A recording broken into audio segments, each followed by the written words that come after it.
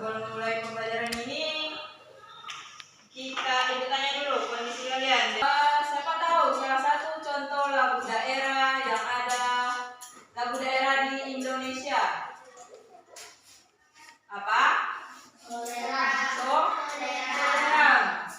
Sebelumnya, mari kita nyanyikan dulu lagu Soleram tuh. Sebelumnya,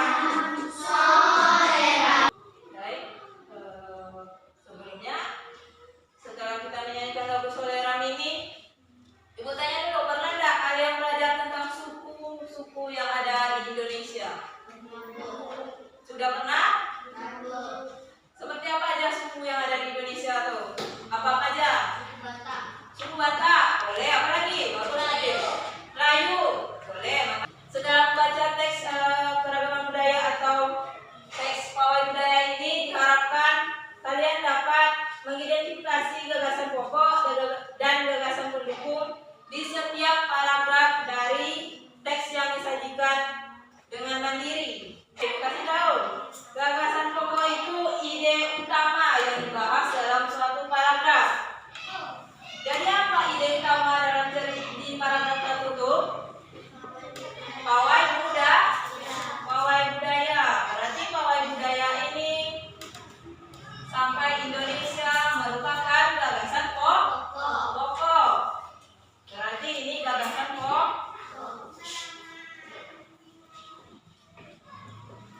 Gagasan pokok.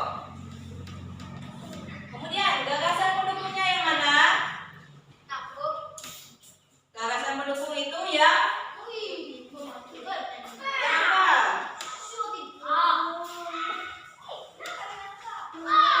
gagasan pendukung. Kalau pendukung itu berarti yang menjadi tambahannya, kalimat pelengkapnya. Berarti setelah budaya Indonesia itu apa kalimatnya lagi? Udin dan teman-teman.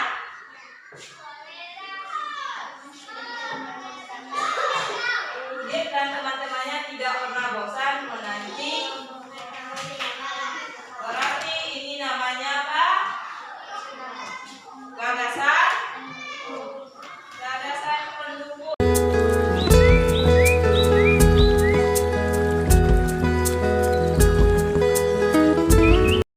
Berarti peserta didik Ibu sudah paham dengan bahasa Indonesia nih, pembelajaran bahasa Indonesia tentang gagasan pokok dan gagasan pendukung.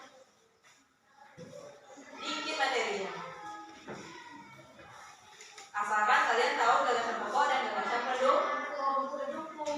Rajin-rajin membaca, rajin belajar. Tadi kita sudah baca paragraf sudah baca teks tentang keragaman budaya. Sekarang kita belajar tentang keragaman budaya di Indonesia ini dulu. Setelah melakukan diskusi dan mendengarkan apa yang disampaikan nantinya, semoga kalian para siswa-siswi Ibu dapat mengkomunikasikan atau menyampaikan kepada Ibu keragaman budaya, suku, etnis, dan agama di kelas sebagai identitas bangsa Indonesia secara lisan ataupun secara tulisan. Dan masuk kita ke keragaman budaya di Indonesia. Apa nih yang pertama? Provinsi mana yang pertama? Provinsi Riau. Apa? Namanya bukan nama bangunannya ya. Ini apa namanya? Rumah adat. Rumah adat. Nama rumah adatnya Riau itu apa? Saraso Jatuh Kembar. Bagus gambar ya. Nah, contoh salah satu suku yang ada di Riau itu suku Melayu. Sebelum masuk ke sini lah, Ibu persilakan kalian untuk berdiskusi dan menanyakan teman di samping kalian dari mana suku dia dan dari mana asal dia. Apa sih perbedaan bahasa kalian? Silakan tanyakan teman di samping kalian.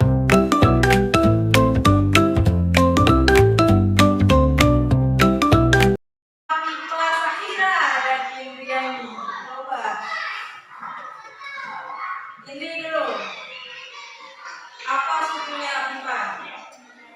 Oh, Melayu. Sama Indri. Asalnya dari mana? Dari Lombok. Ada nggak perbedaan bahasa antara Afifa dengan Indri? Ada? Staring out the window pane, watching raindrops race again. Kita lanjut ke sini. Di Riau itu suku Melayu. Tapi bukan berarti di Riau itu cuma ada suku Melayu ya. Bisa jadi ada dari suku lain. Kita lanjut ke musik tradisional dari provinsi Riau. We can slow dance naked in the moonlight. We can get so damn wasted out of our minds until we're happy. Until we're happy. Kita masuk ke pembelajaran yang ketiga. Materinya tentang bunyi. Dan dalam pembelajaran bunyi ini, Ibu harapkan kalian dapat setelah melakukan eksplorasi, kalian dapat menjelaskan cara menghasilkan bunyi dari beragam benda di sekitar dengan lengkap. Kemudian setelah itu kalian mampu menyajikan laporan hasil pengamatan tentang cara menghasilkan bunyi dari beragam benda di sekitar dengan sistematis. Jadi nanti misalnya Ibu kasih tugas, kalian bisa menuliskan dalam bentuk tabel, misalnya bendanya apa, dihasilkannya dengan cara apa, gitu. Are you ready, kids? Then, Abib, apa sih pertanyaan yang pertama tuh? Apa itu bunyi? Suara. Bagaimana bunyi dihasilkan? Diapakan aja kalau bunyi bisa dihasilkan tuh? Dipukul. Apa lagi? Ditendang. Loh, kok ditendang? Kok ditendang sih? Jahat loh kalau ditendang. Diapakan lagi? Ditiup. Kalau gitar dipetik. Bunyi. Apa bunyi? Apa bunyi ya? Bunyi Yasmin.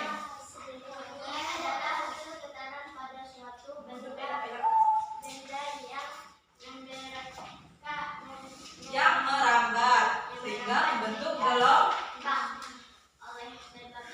Bunyi dikenal juga sebagai gelombang bunyi yang dihasilkan dari benda-benda yang bergetar.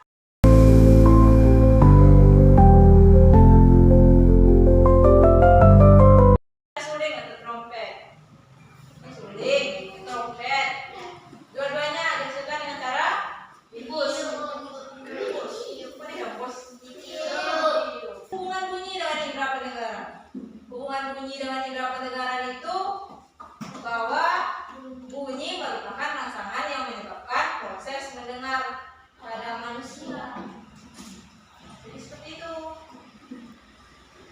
Paham? Nah, Ibu rangkum pembelajaran tadi. Apa sih pembelajaran kita tadi? Tentang apa aja sih? Suku. Apa lagi? Rumah adat. Alat musik. Bunyi. Indonesia tadi kita belajar apa? Nah, bahasa Indonesia nya belajar tentang ide pokok atau ide utama. Bahasa lainnya tadi apa? Gagasan pokok dan gagasan apa tadi temannya? Gagasan pendukung. Kira-kira semuanya sudah paham tentang materi yang Ibu sampaikan? Itulah pembelajaran yang kita pelajari hari ini tentang gagasan pokok tadi. Gagasan pokok adalah ide utama dari sebuah paragraf atau cerita. Terus gagasan pendukung itu tambahan informasi pelengkapnya. Tuh, kemudian suku.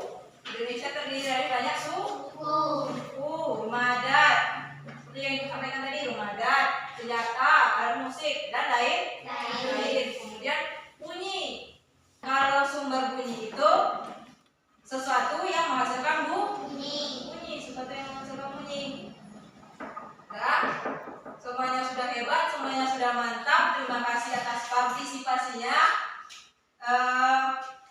kita tutup dengan kata-kata ini, barang siapa yang bersungguh-sungguh maka ia akan mendapat kesuksesan. Maka ibu harap para siswa-siswi ibu ini dapat rajin-rajin belajar, rajin-rajin datang ke sekolah, dan rajin mempelajari tentang materi-materi ini. Semoga nanti di masa depan dapat sukses.